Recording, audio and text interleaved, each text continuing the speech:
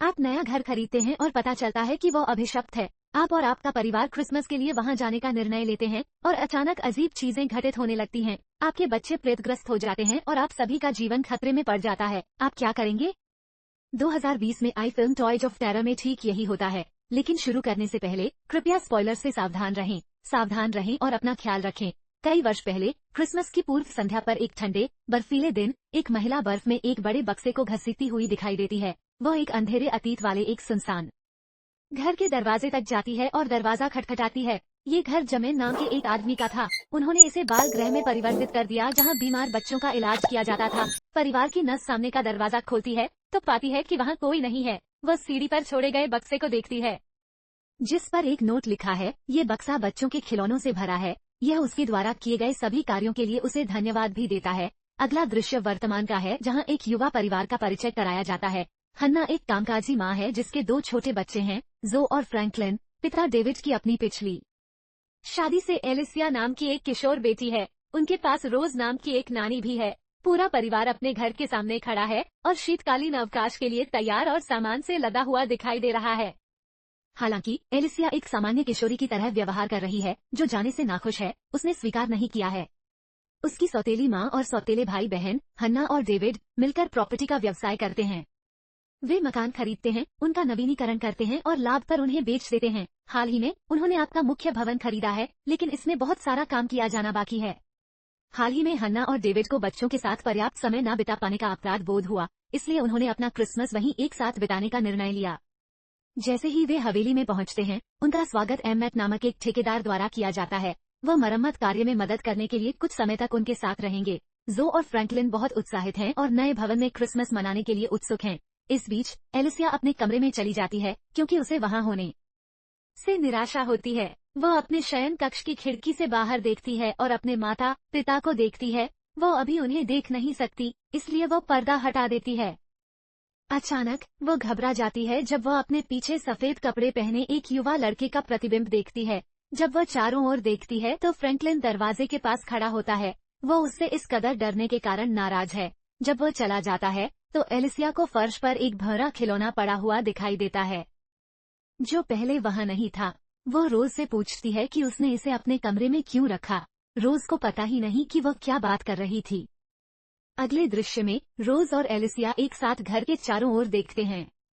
रोज को बच्चों का खेल का कमरा खिलौनों से भरा हुआ मिलता है, लेकिन वह वहां बीमार बच्चों के होने के विचार से दुखी हो जाती है। जब वे चारों ओर देखते हैं तो रोज अलमारी के अंदर देखती है और एक बच्चे का मोजा देखती है। वह उसे उठाती है और एक आवाज सुनती है जो उसे भागने के लिए कह रही है। वह एलिसिया की ओर देखती है और उसे कहती है कि उसे परेशान करना बंद करो। यद्यपि उसने कुछ नहीं कहा, फिर भी वे एक बड़ी संदूक के सामने आते हैं और उसे खोलते हैं। उन्हें ये देखकर आश्चर्य हुआ कि बक्सा ढेर सारे खिलौनों से भरा हुआ है और ऐसा लगता है जैसे क्रिसमस जल्दी आ गया है। जो भौरे के खिलौने और जादू के किट की ओर आकर्षित होती है, जबकि फ्रैंकलिन अंकल बंदर के खिलौने और उसकी आवाज बदलने वाले हेलमेट को लेता है। रोज उनसे खिलौने वापस रखने को कहती है, लेकिन वे नहीं सुनते। अचानक रोज को अपने पीछे किसी की उपस्थिति का एहसास होता है। एक युवा लड़का और एक भूतिया आकृति दिखाई देती है, लेकिन वो पलट कर नहीं देखती। बहुत अशांत महसूस करते हुए रोज ने बच्चों से कहा कि उन्हें कमरे से बाहर जाना होगा। वे खिलौने अपने साथ लेकर तुरंत चले जाते हैं। डेविड एलिसिया के साथ शामिल हो जाता है। जब वो अपने शयन कक्ष में उदास बैठी होती है, उसका रवैया खराब है और वह उससे उन्हें एक मौका देने और हवेली में उनके समय का आनंद लेने के लिए कहता है। डेविड उसके कमरे में एक पुराना गेमिंग कंसोल रख देता है ताकि वह उसे खेल सके। उस रात वह फर्श पर बैठकर खुशी से गेम खेलती और पॉपकॉर्न खाती नजर आती है। अचानक एक मकड़ी प्रकट होती है और उसके पॉपकॉर्न में घुस जाती है। बिना उसकी जानकारी के उसने एक और मुट्ठी भर पॉपकॉर्न उठाया और मकड़ी को अपने मुंह में डालने ही वाली थी। इस बीच जो और फ्रैंकलिन रोज के साथ अपने बेडरूम में हैं। फ्रैंकलिन के सिर पर अभी भी खिलौना हेलमेट है और वह दूरी पर एक लाल रिमोट कंट्रोल कार खिलौना देखता है। जब वह चलना शुरू करता है तो वह उसका पीछा करता है जैसे ही वो अंदर आता है। एलिसिया के कमरे में फ्रैंकलिन ने एलिसिया को दीवारों पर पीटते हुए मदद के लिए पुकारते हुए पाया, क्योंकि उसके मुंह में मकड़ी फंस गई थी। रोज तुरंत दौड़कर आती है और एलिसिया को बचाने में सफल हो जाती है। इसके बाद हम वीडियो गेम स्क्रीन पर एक छवि देखते हैं जिसमें एलिसिया फर्श पर मृत पड़ी है और फ्रैंकलिन उसके ऊपर खड़ा है। उस शाम को हन्ना काम में इतनी व्यस्त थी कि वह बच्चों को सोने से पहले कहानी सुनाने में असमर्थ थी। रोज उन्हें बिस्तर पर लिटाने की पेशकश करती है। जब वो पढ़ रही होती है तो बच्चे उत्सुक होकर उससे पूछते हैं कि बाल ग्रह क्या होता है। समझाते हुए जो उसे पूछती है कि उसके बच्चे का क्या हुआ और क्या वह भी किसी ग्रह में गई थी। इससे रोज के मन में एक दुखद स्मृति ताजा हो जाती है। उसने बताया कि उसे गर्भ में रखते समय उसकी बच्ची बहुत बीमार हो गई और उसने एक मृत बच्चे को जन्म दिया। इसके बाद हम डेविड और हन्ना को नीचे घर पर किए जाने वाले काम पर चर्चा करते हुए देखते हैं। डेविड को चिंता है कि घर में बहुत सारा काम करवाना है। एम्मेट ने डेविड को बताया कि तीसरी मंजिल की मरम्मत की सख्त जरूरत है और यह किसी के भी उपयोग के लिए बहुत खतरनाक है। हन्ना ने डेविड को आश्वासन दिया कि सब कुछ ठीक हो जाएगा और उन्हें क्रिसमस के लिए तैयारी पर ध्यान केंद्रित करना चाहिए। अगले दृश्य में रोज सो रही है, लेकिन नीचे से आ रही संगीत की ध्वनि से उसकी नींद भंग हो रही है। नीचे जाकर उसने देखा कि हर जगह मोमबत्तियां जल रही थी। 4 बच्चे पेड़ के चारों ओर इकट्ठे थे और चिमनी के पास एक शिशु पालना रखा हुआ था। वह उत्सुकता से पालने की ओर बढ़ती है और कंबल के नीचे एक शिशु को ढूंढती है। रोज आगे बढ़ती है और जैसे ही वह कोविड को पीछे खींचती है, वह एक विकृत चेहरे वाले बच्चे को देखकर भयभीत हो जाती है। वह अचानक जाग जाती है। यह एहसास होने पर कि यह महज एक बुरा सपना था, वह बच्चों के पास जाकर उनका हालचाल जानने का निर्णय लेती है। जब वे गहरी नींद में सो जाते हैं तो वह सभी खिलौनों को इकट्ठा करती है और उन्हें खिलौनों के बक्से में वापस रख देती है। जैसे ही वो जाने वाली होती है, वो घबरा जाती है क्योंकि एक खिलौना ड्रैगन जीवित होकर उसकी ओर उड़ता है और उस पर हमला कर देता है। जब वो उससे लड़ने की कोशिश करती है तो वह एक लालटेन को फर्श पर गिरा देती है जो टुकड़ों में टूट जाती है। हन्ना और डेविड तेज आवाज सुनते हैं और ऊपर की ओर भागते हैं। जब वे वहां पहुंचते हैं तो रोज उनसे झूठ बोलती है और कहती है कि यह सिर्फ एक पक्षी था। ये सोचकर कि अगर उन्हें सच्चाई पता चल गई तो वे उसे पागल समझेंगे। उस शाम बाद में एलिसिया रोज के साथ उसके शयन कक्ष में आती है और वे हवेली में आने के बाद से देखी गई अजीब चीजों के बारे में बात करते हैं। एलिसिया अपने फोन पर बाल ग्रह का इतिहास देखने का निर्णय लेती है, लेकिन उसे कनेक्शन नहीं मिल पाता। अगली सुबह रोज बच्चों के लिए नाश्ता तैयार करती है, लेकिन देखती है कि बच्चों ने फिर से खिलौने निकाल दिए हैं और उसकी बात पर कोई प्रतिक्रिया नहीं दे रहे हैं। बच्चे बहुत अजीब व्यवहार कर रहे हैं और बिना कुछ बोले ऊपर खेल के कमरे में चले जाते हैं। जो और आप फ्रैंकी खिलौने की पेटी लेते हैं और उसे तीसरी मंजिल तक खींचते हैं। जब वे बैठे बैठे देखते हैं तो अचानक बंदर चाचा कुछ अन्य खिलौनों के साथ संदूक से बाहर निकल आता है। बच्चे जो कुछ देख रहे हैं उस पर विश्वास नहीं कर पा रहे हैं। जब खिलौने उनके लिए शो प्रस्तुत करते हैं तो बच्चे आनंद लेते हुए बैठ कर हंसते हुए प्रतीत होते हैं। नीचे आते ही हन्ना ने ऊपर देखा और झूमर हिलने लगा और वह भागकर ऊपर की ओर चली गई। उसे पता चलता है कि बच्चे तीसरी मंजिल पर हैं, जहां उन्हें जाने की अनुमति नहीं है। फिर हम देखते हैं कि हन्ना का पैर फर्श के बीच में फंस गया है। सौभाग्यवश रोज उसे पीछे से बचा लेती है। जब वे नीचे आते हैं तो हन्ना बच्चों पर बहुत क्रोधित होती है और उनकी बात न सुनने के लिए उन्हें डांटती है। एम्मेट को तीसरी मंजिल की सीढ़ियों पर बोर्ड लगाने को कहा गया ताकि कोई भी वहां वापस न जा सके। जब वो वहां पहुंचता है तो उसे रोने की आवाज सुनाई देती है। वह अनुमान लगाता है कि जो या फ्रैंकलिन वहां वापस आ गए हैं और ये देखने के लिए दौड़ता है कि वह चलते समय सावधानी बरत रहा है, क्योंकि उसे इस बात की चिंता है कि कहीं फर्श की लकड़ी टूट न जाए। दूर से उसे एक सफेद चादर दिखाई देती है और ऐसा लगता है कि चीख उसके पीछे से आ रही है। जैसे ही वह नजदीक पहुंचा, उसे पता चला कि यह तो सिर्फ भंवरे का खिलौना है। जब वो एक कदम पीछे हटता है तो वो फर्श पर गिर जाता है। लकड़ी का एक नुकीला टुकड़ा सीधे उसके कंधे में घुसता हुआ दिखाई देता है। शोर सुनकर हन्ना और डेविड ऊपर की ओर दौड़े और एम्मेट को खून से लथपथ और बुरी तरह घायल पाया। इसके बाद हन्ना लकड़ी काटने के लिए आरी लेने दौड़ती है। उसी समय हम एलिसिया को एक खेल खेलते हुए देखते हैं जिसका अंत एक आदमी की चाकू लगने से मौत के साथ होता है।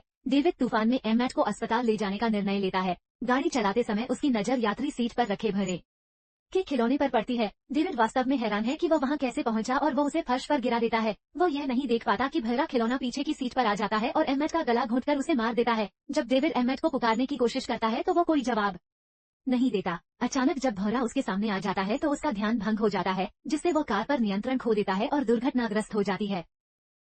वह अनुमान लगाता है कि जो या फ्रैंकलिन वहां वापस आ गए हैं और ये देखने के लिए दौड़ता है कि वह चलते समय सावधानी बरत रहा है। दूर से फर्श के टूटने के बारे में चिंतित वह एक सफेद चादर देखता है और रोने की आवाज उसके पीछे से आती हुई प्रतीत होती है। जैसे ही वह नजदीक पहुंचा, उसे पता चला कि यह तो सिर्फ भंवरे का खिलौना है। जब वह एक कदम पीछे हटता है तो वो फर्श पर गिर जाता है। लकड़ी का एक नुकीला टुकड़ा सीधे उसके कंधे में घुसता हुआ दिखाई देता है। शोर सुनकर हन्ना और डेविड ऊपर की ओर दौड़े और एम्मेट को खून से लथपथ और बुरी तरह घायल पाया। इसके बाद हन्ना लकड़ी काटने के लिए आरी लेने दौड़ती है। उसी समय हम एलिसिया को एक खेल खेलते हुए देखते हैं जिसका अंत एक आदमी की चाकू लगने से मौत के साथ होता है। डेविड तूफान में एम्मेट को अस्पताल ले जाने का निर्णय लेता है। गाड़ी चलाते समय उसकी नजर यात्री सीट पर रखे भंवरे के खिलौने पर पड़ती है। डेविड वास्तव में हैरान है कि वह वहां कैसे पहुंचा और वह उसे फर्श पर गिरा देता है। वह यह नहीं देख पाता कि भंवरा खिलौना कब पीछे की सीट पर आ जाता है और एम्मेट का गला घोंटकर उसे मार डालता है। जब डेविड एम्मेट को पुकारने की कोशिश करता है तो वह कोई जवाब नहीं देता। अचानक जब भंवरा उसके सामने आ जाता है तो उसका ध्यान भंग हो जाता है। इससे वो कार पर नियंत्रण खो देता है और वापस हवेली में जाकर दुर्घटनाग्रस्त हो जाती है। हन्ना रोज को बताती है कि बच्चों के अस्पताल को खरीदने से पहले उसने इसके बारे में क्या पता लगाया था। वहाँ एक महिला ने डॉक्टर की देखरेख में अपने बच्चे को खो दिया। उसने सोचा कि अस्पताल ही दोषी है, इसलिए उसने खिलौनों पर श्राप लगा दिया और संदूक को वहाँ भेज दिया। हन्ना बताती हैं कि कई साल पहले क्रिसमस के दिन घर के सभी बच्चे मृत पाए गए थे। तब से यह स्थान बंद है और इसकी खराब प्रतिष्ठा के कारण कोई भी इसे खरीदने में रुचि नहीं रखता था। अगले दृश्य में जो और फ्रैंकी गहरी नींद में हैं, तभी उन्हें आवाजों से परेशानी होती है। खिलौने बच्चों से बात करते हैं और उन्हें बताते हैं कि आज क्रिसमस का दिन है। जो और फ्रैंकलिन खुशी से उछल पड़े और नीचे की ओर चले गए। खिलौनों में एक अंधकार में परिवर्तन होता है और वे क्रिसमस के उपहारों को आग में फेंकना शुरू कर देते हैं। जो और फ्रैंकलिन खिलौनों के वशीभूत हो जाते हैं और वे उनकी हर गतिविधि को नियंत्रित करना शुरू कर देते हैं। वे सारे खिलौने उठाकर नष्ट करना शुरू कर देते हैं। हन्ना कमरे में आती है और उसे विश्वास नहीं होता कि उन्होंने क्या किया है। हन्ना के आने पर बच्चे सामान्य हो जाते हैं और अपनी मां को बताते हैं कि खिलौनों की वजह से उन्हें ऐसा करना पड़ा। हन्ना उन पर क्रोधित हो जाती है और उन्हें उनके कमरे में भेज देती है। हन्ना अंकल बंदर खिलौना देखता है, वो उसे उठाती है और उसके चेहरे पर घूरती है।